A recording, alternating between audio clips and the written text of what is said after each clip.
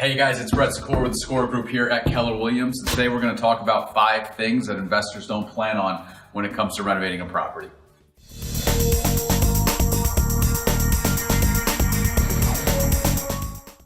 So 5 things that investors don't think about when they're renovating a property or I should say the number 1 thing that comes up all the time is not having enough money. Doing projects like this certainly costs a lot of money.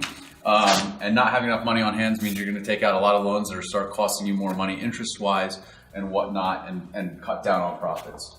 The second thing is not enough time. Doing things like this take a lot of time. If you're going to do a gut renovation like this, strip everything out. You need electrical, plumbing, framing, not just the cosmetic stuff. So not having enough time comes up quite often as well. Not having enough skills. We work with contractors in the area. Some are great, some are not so good. Some builders that are doing this, or some investors that are doing it, they're doing their own work as well, so they can move things along and they know a lot about what's happening in that. Another thing that happens quite a bit is not enough knowledge, not enough local area knowledge. We have a lot of investors coming into the market. They don't really know the ins and outs of what they're doing, and that's why we say, reach out to us, try to get an idea of what you're doing, and then that brings me to the final step of patience. Not having enough patience. It takes time to find deals that make sense.